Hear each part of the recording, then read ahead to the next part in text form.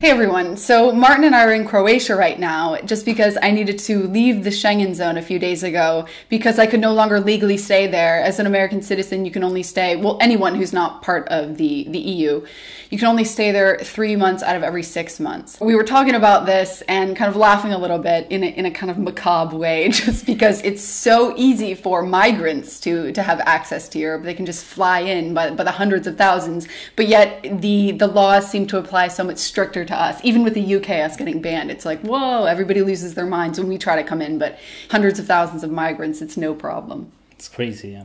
It's like, also especially since you don't cost the Austrian taxpayer one dime, but still, I know it. If you would just exceed this limit, it's a crazy short by limit, one day, hell would break loose. And so just for 1 or 2 days, just that we really stick to the law, we are now out of the Schengen zone. At the same time that more than 200,000 illegals in Austria who don't give a damn about this law, and they get away with it. I'll be flying home back to the States very soon, but the reason I wanted to mention that is just because it's a bit tied to the video that we're making today, which is something that maybe many English-speaking people aren't aware of, just because Martin said that many German-speaking people have been making videos about it, but he just hasn't seen any English ones. I haven't either.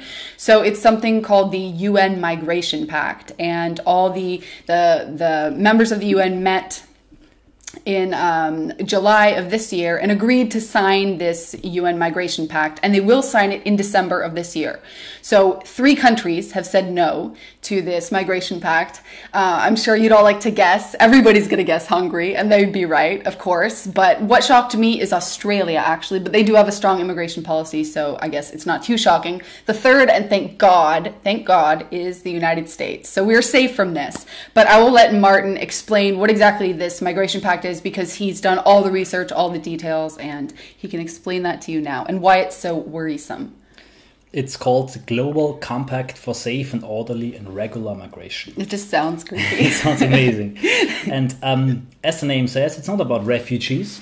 It's about normal migrants. And they claim that there are 244 million people who want to migrate, and they want to create, I quote now the head of the UN Council, an instrument to make this orderly and safely.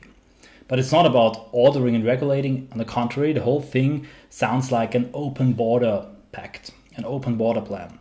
What they commit the UN nations to, and actually want to force them to do from above, to say that there are no national solutions, only a global solution, to open the welfare system for migrants, to even further and advance working migration. And then, that's actually, I think, the worst. It's totally undemocratic. What they want to do is they want to, I quote now, shape perceptions of migrations. It's Objective 17 of the Compact for Migration. They want to eliminate all forms of discrimination and condemn and counter expressions. They want to implement legislation that penalizes hate crimes.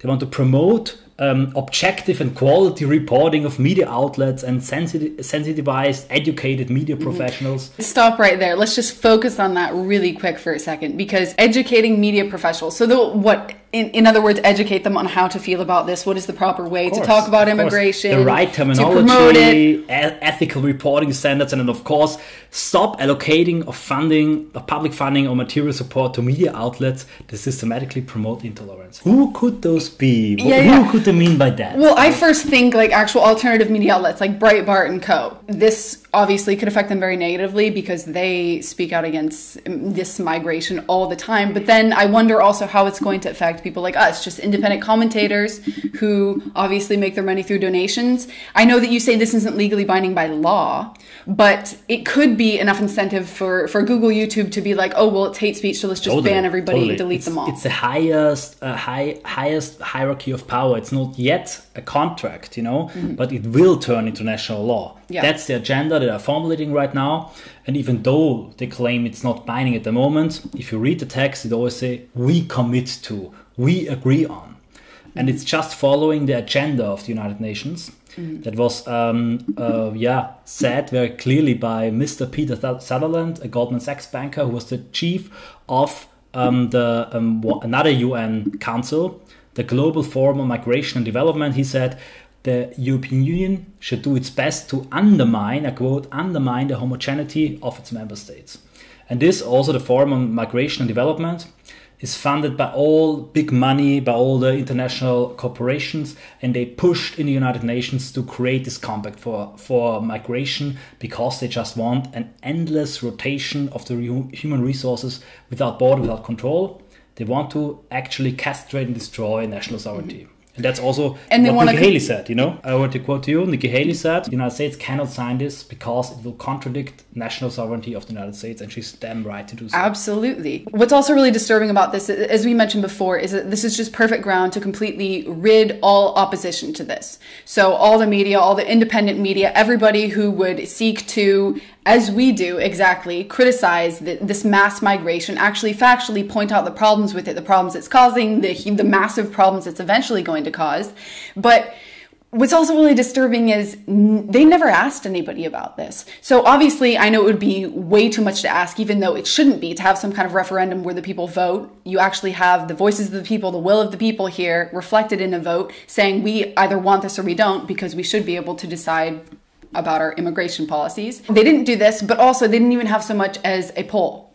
And this is what Martin said. He didn't even know that this was happening in Austria. This is something he recently found out about because other German people were making videos about it. And obviously, as you said, this infuriated you. They didn't even inform us about it. And even when they reported about it in Austria, they didn't find the time to mention that also Austria signed it and wants to sign it. And then I did the research on my own.